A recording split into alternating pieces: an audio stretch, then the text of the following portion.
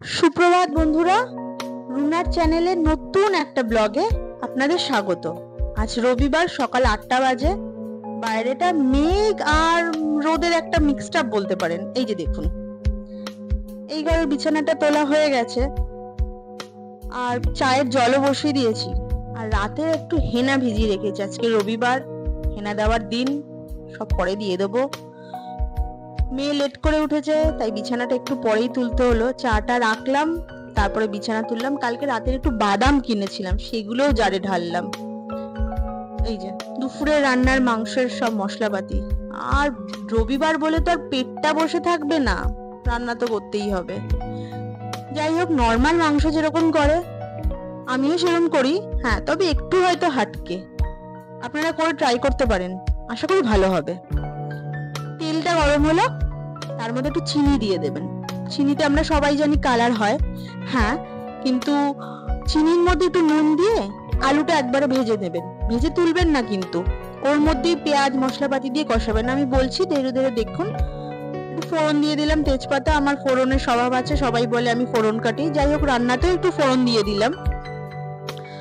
আলুগুলো ভাজা হয়ে গেল, আলুটা একটু ঢাকা দিয়ে দিলাম, সেটা হয়তো আর দেখানো হয়নি দেখে আপনারা ভাবছেন হয়তো আলুটা পুড়ে গেছে। তার মাঝখানে হেনাটাও দিয়ে দিয়েছি, আপনাদের দেখাবার শেয়ার করলাম আর কি। তো যাই হোক, দেখে আপনারা ভাবছেন হয়তো আলুটা পুড়ে গেছে, কিন্তু সত্যি কথা বলতে আলু পড়েনি। মাংসটা যখন হয়ে যাবে দেখবেন আলুর মতন আলু আছে, এই রংটা মাংসে চলে এসেছে।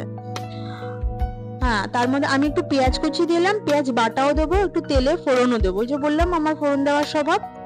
হ্যাঁ, এবার বাটা মশলাগুলো দিয়ে দিলাম। টমেটো বাটা, আদা রসুন পেঁয়াজের বাটা, লঙ্কা অনেক জমে গেছিল, তাই লঙ্কাটাও বেটে জারে করে রেখে দিই যাতে নষ্ট না হয়। রান্নাটাও তাড়াতাড়ি হয়, খেতেও ভালো হয়। মোটামুটি বাড়ির সবাই বলে আমার হাতের রান্না ভালো। আপনারা করে দেখবেন, ভালোই হবে। হ্যাঁ, এবারে গুঁড়ো মশলাগুলো, যেমন হলুদ গুঁড়ো, লঙ্কা গুঁড়ো, কালার হওয়ার জন্য। আপনারা কি জিরে ধনের চিকেনে দেন গুঁড়ো? আমি দিই, দিয়ে দেখবেন, এরপর সত্যি ভালো লাগবে। যাই হোক, মাংসটা দিইনি ভাবছেন ভুলে গেছি, একদম না।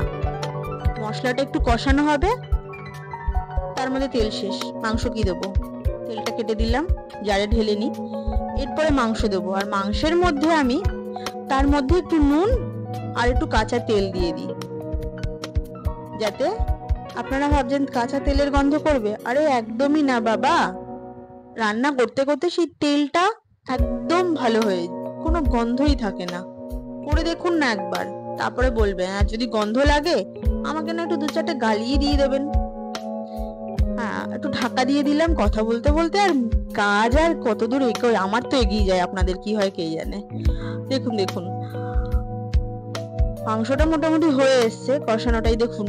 একটা আলুও কিন্তু আর পোড়া নেই, একদম বলতে পারবেন না আমি সবাইকে পোড়ানো রান্না খাওয়াই দেখাই, একদম না।